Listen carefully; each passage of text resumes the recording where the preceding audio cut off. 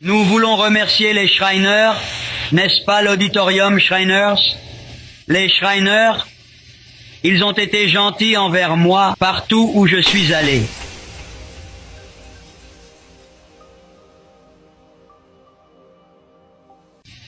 Si je faisais une tente en un mauvais temps, ils ouvriraient leurs portes et diraient « Venez ».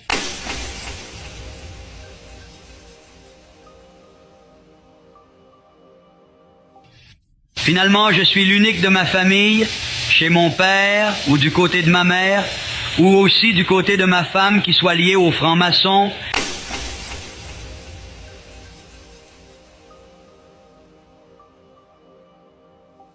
Ou aussi du côté de ma femme qui soit liée aux francs-maçons, les Shriners, les temples.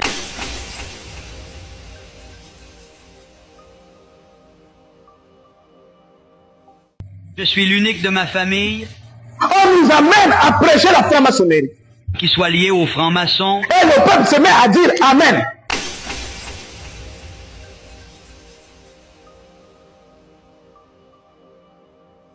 Vous qui m'avez dit, pasteur, non, nous on aime le message. Est-ce que vous aimerez que je continue à vous prêcher les Shriners, les francs-maçons, codifiés? Et c'est ce qu'ils ont fait dans les brochures de Branham. Ils ont coupé des endroits.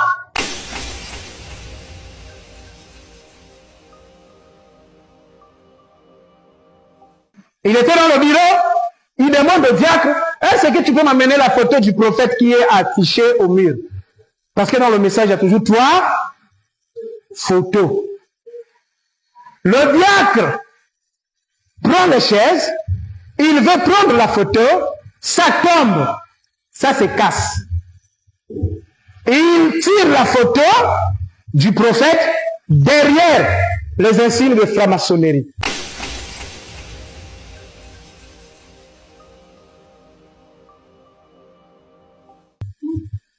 Les photos qui étaient affichées à l'église. Il crie, il appelle le pasteur. Viens voir. Non, descends deuxième photo. Les photos que vous voyez là. Les photos que vous voyez là. Il descend la photo de la nuée. Derrière, les choses de francs-maçons.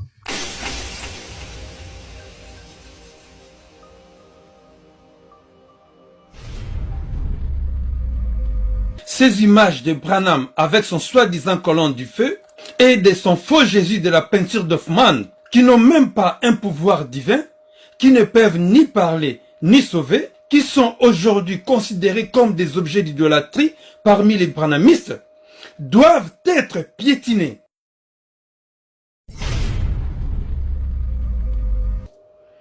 Et brûlés. Puis mis à la poubelle. Eh bien, voilà ce qu'il faut pour devenir un serviteur de Christ. Eh bien, voilà ce qu'il faut pour devenir un serviteur de Christ.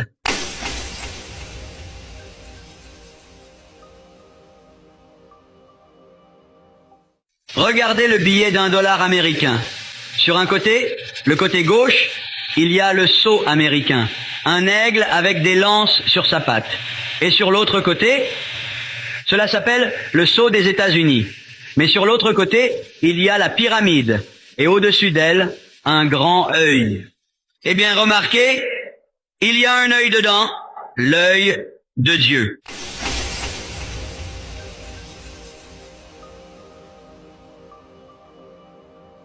Cette série de vidéos intitulée « Les branhamismes, réseau maçonnique », ce sont des vidéos de témoignages faites par des pasteurs branhamistes en exercice qui ont décidé enfin de dénoncer la maçonnerie comme étant la base fondatrice de ces sectes fondées par les grands maçons déguisés en prophètes à la personne de William Marion Branham.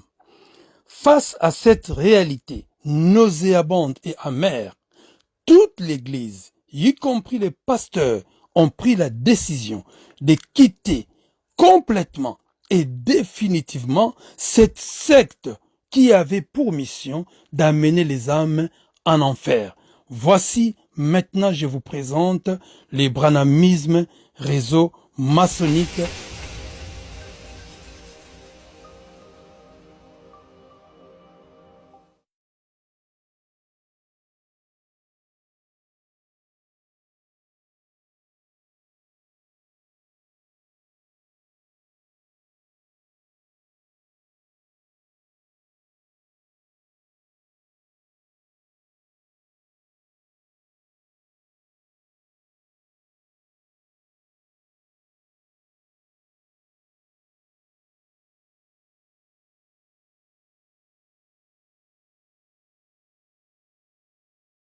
Bon, qui aime la vérité d'abord?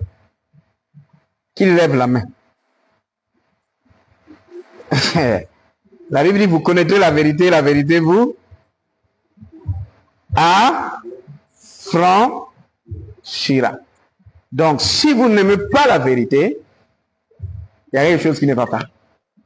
La Bible dit, puisqu'ils n'ont pas voulu croire à la vérité, Dieu leur a donné un esprit de gardement pour qu'ils croient au mensonge. Alors, c'est pas, vous avez vu que la chair est à côté, non? C'est pas une prédication, mais ce sont des conférences. Hein? Différents des cultes. On va lire tous Matthieu chapitre 10, verset 26. 1, 2, 3. Ne les craignez donc point, car il n'y a rien de caché qui ne doit être découvert, ni de secret qui ne doit être connu. Ce que je vous dis dans les ténèbres, dites-le en plein jour. Et ce qui vous est dit à l'oreille, prêchez-le sur les toits. Ne craignez pas ceux qui tuent le corps et qui ne peuvent tuer l'âme. Craignez plutôt celui qui peut faire périr l'âme et le corps dans la guéhenne. La guéhenne, c'est l'enfer. Est-ce que vous comprenez? Jésus nous ordonne, quand je vous révèle des choses en cachette, prêchez ça sur les toits. Donc nous avons le droit, d'après l'ordre de Jésus, d'exposer tout ce qui est faux. Est-ce que vous comprenez? On va commencer. On commence par le commencement. Et on va continuer à lire les déclarations du message. Pas les déclarations de Ferrand, mais les déclarations du message. Alors, on commence par le commencement. Un jour, un précieux homme de Dieu va me croiser.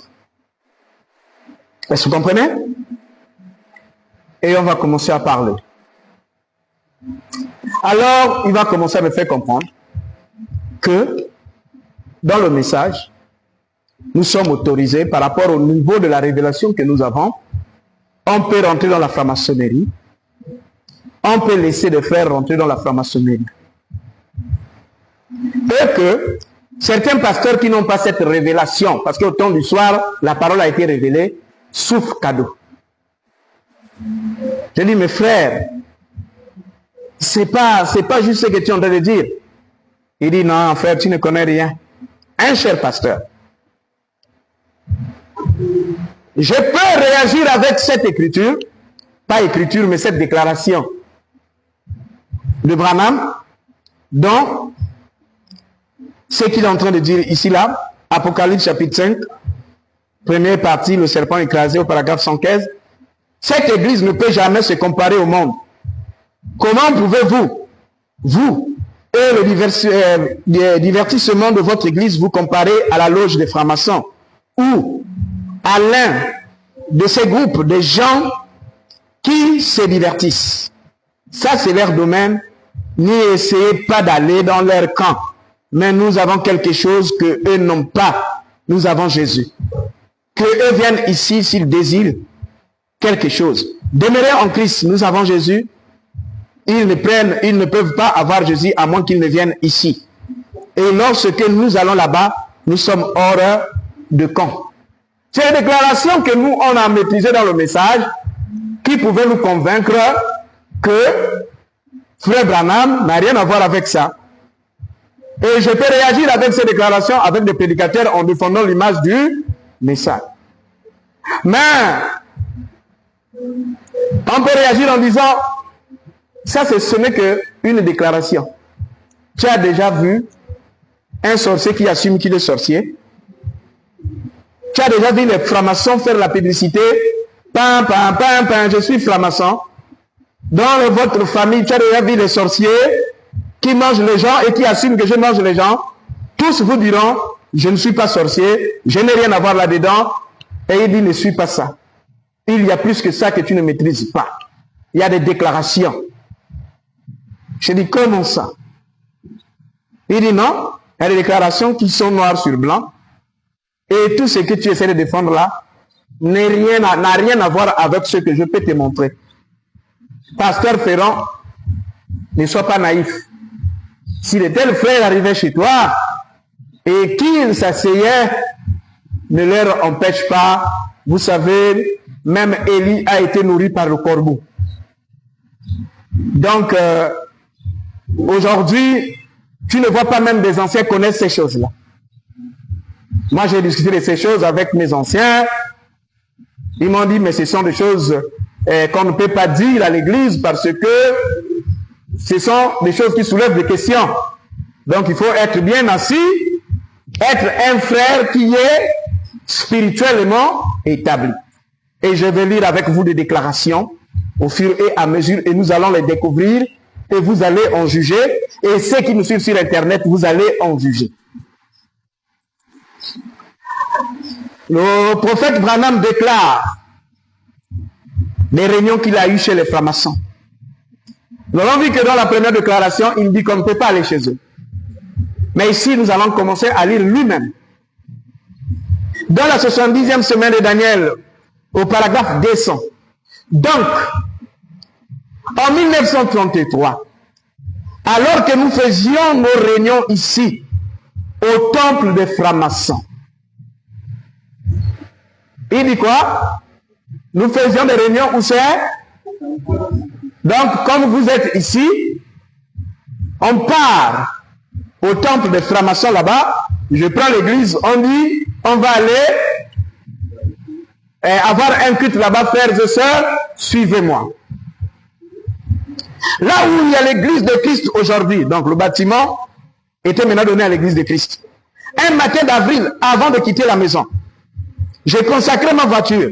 Je m'étais procuré une voiture modèle 33 et je la consacrée au service du Seigneur. Et dans une vision, j'ai vu le temps de la fin. Maintenant, remarquez comment c'est frappant. À l'époque, j'étais encore tout jeune. Donc, il était encore tout jeune. Et vous pouvez vous imaginer à quoi ressemblait une voiture modèle 1933. Là, à quoi ça ressemblait. Et je suis allé là-bas au temple des francs-maçons où certains d'entre vous, les vétérans, ici, vous vous en souvenez. C'est écrit sur un vieux bout de papier que j'ai chez moi. Il n'est pas parti seul. Il est parti avec des vétérans, des anciens, des frères de l'église. Est-ce que ces frères feront?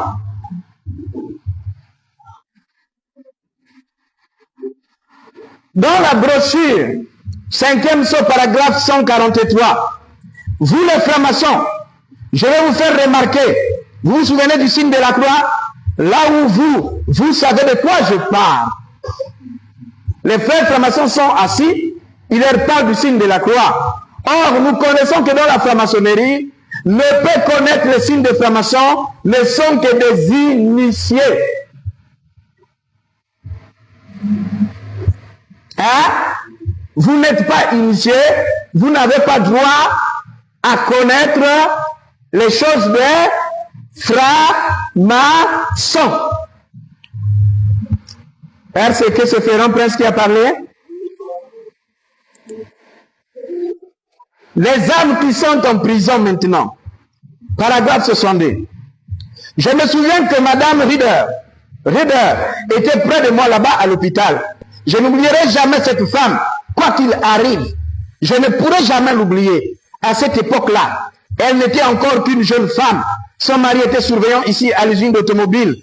Et je me souviens qu'elle était près de moi. Elle, Madame Stewart.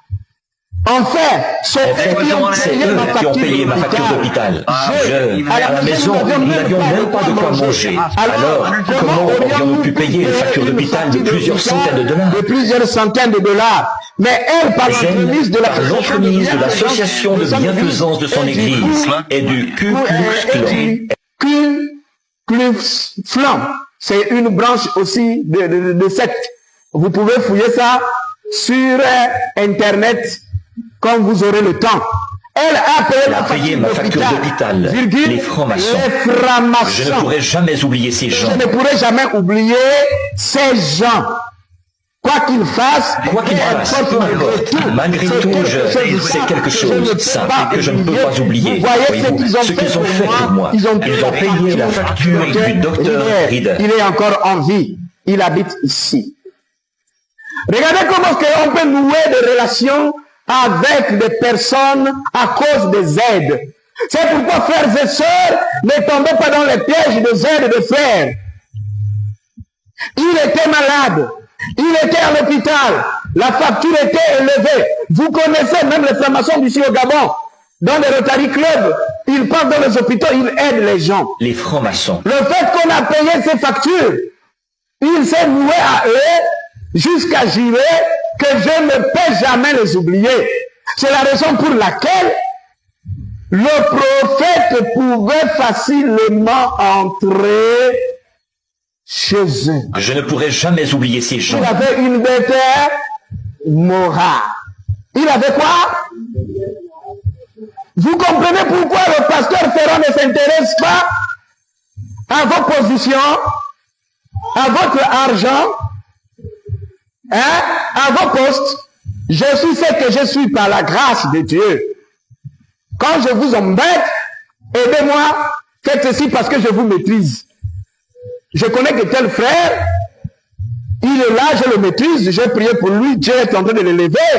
Mais les gens que je ne maîtrise pas la provenance de leur rang social ne peuvent pas me tirer. Parce que je suis averti qu'on peut avoir une dette morale à cause de quelque chose que quelqu'un a fait pour vous. Vous pouvez rentrer dans une mauvaise voie. Le fait qui est tombé dans le piège. Ma sœur, tiens, on te donne ça. Regarde les bijoux là, regarde ça là. Hein, sœur, prends les habits là. Prends ça. Frère, prends ceci. Après un jour, frère, est-ce que... Je vous parlerai comment est-ce que j'ai été contacté. Un franc-maçon qui est venu me voir, qui m'a proposé les dîmes de 50, entre 50 millions et 100 millions par mois. Vous pensez que je suis fou? Vous pensez que je suis fou? J'ai connu Christ au-delà de tout. Et il n'y a pas un prix pour remplacer le Jésus que j'ai cru. Les francs-maçons. Je ne pourrai jamais oublier ces gens. Les francs-maçons ont acheté, ont payé les factures de qui? De William Branham. Et ils jurent quoi? Jamais. Je ne pourrai jamais oublier ces gens. Oublier. Quoi qu'ils fassent. Quoi qu'ils fassent. Ce qu'ils sont. Une dette morale est restée dans sa vie. Or, ils ne savaient pas que ces gens qui rentrent dans les hôpitaux, qui partent dans les orphelinats, qui déguisent leur aide, cherchent juste à recruter des personnes. Je continue. Là, c'est des frères qui étaient assis dans l'église. Question et réponse de 1961. Et alors, qu'est-ce qu'ils disent? Frère Branham, est-ce mal d'appartenir? Frère Branham, est-ce mal d'appartenir à un club après qu'on est devenu chrétien, par exemple celui des francs-maçons? Lisez la réponse. C'est moi, Ferrand. Moi, je vous pose la question et vous allez me répondre. Ou bien posez-moi la question.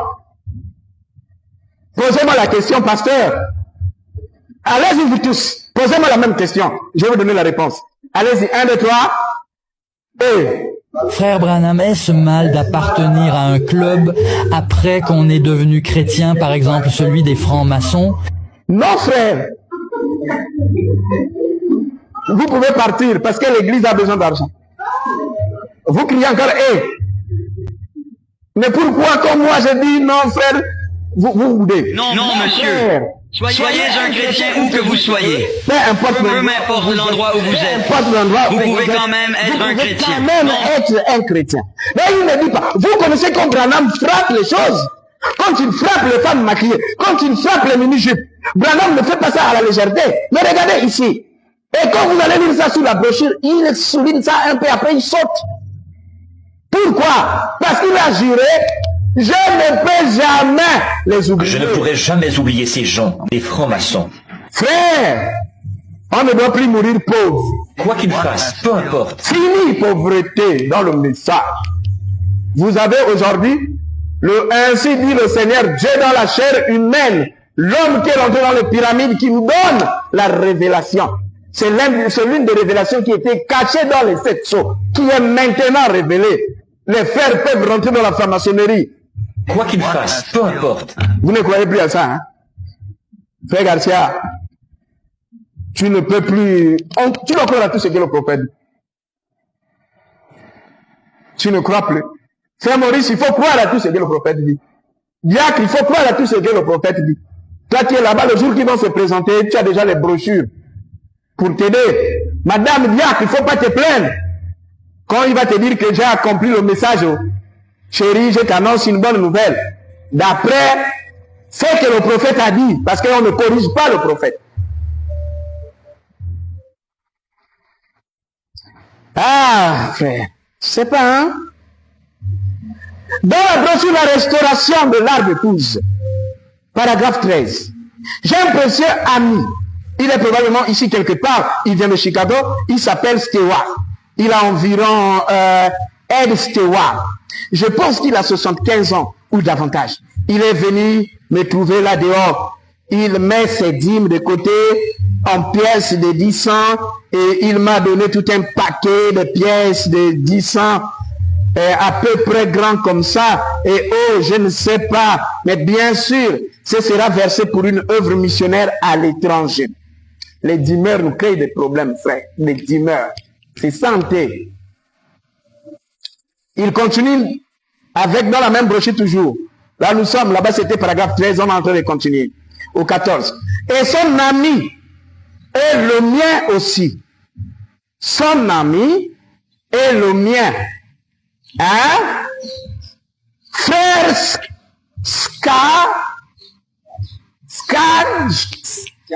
hein?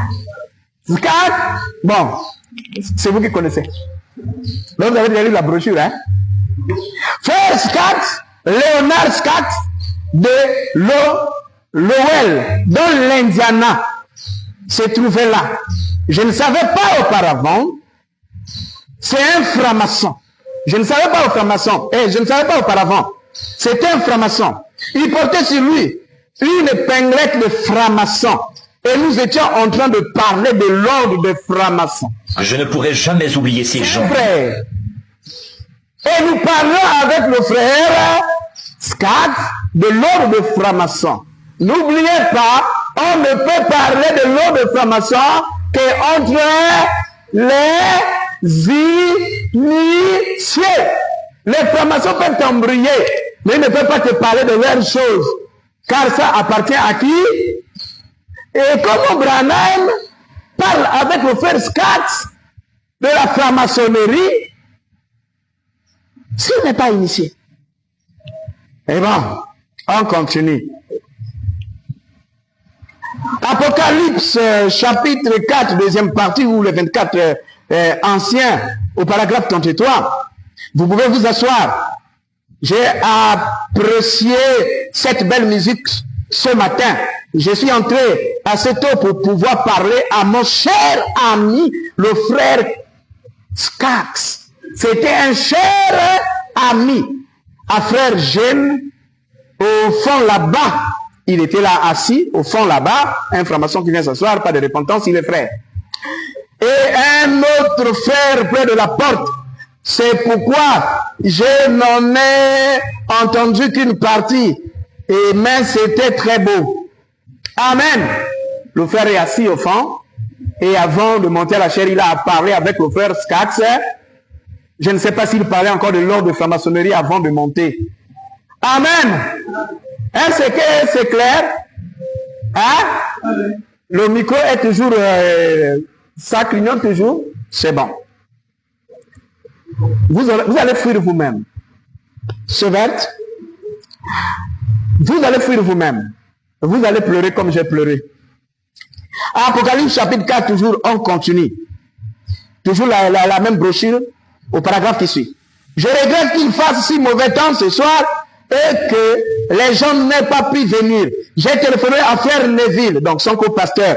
Je ne savais même pas qu'il pouvait venir. Frère Scott est venu du Kentucky, où il y a 1 mètre de neige. C'est un frère qui fréquente l'église, qui s'assoit, il ne s'est jamais repenti, mais il est frère. Oh! Frère Scott, un précieux ami. Amen. Vous voulez aussi que le pasteur puisse avoir un peu son petit frère, un frère, scat. Vous serez le premier pour me mettre sur Internet. Hein? Maintenant, les morceaux continuent. Là, vous avez juste goûté l'eau. On va vous donner un verre. La seconde venue du 22 février 1955, paragraphe 14. Nous voulons remercier les Shriners. Nous voulons remercier les Shriners. Les Shriners, c'est le groupe, la branche des francs-maçons de la 33e ou 32e degré, quelque chose comme ça.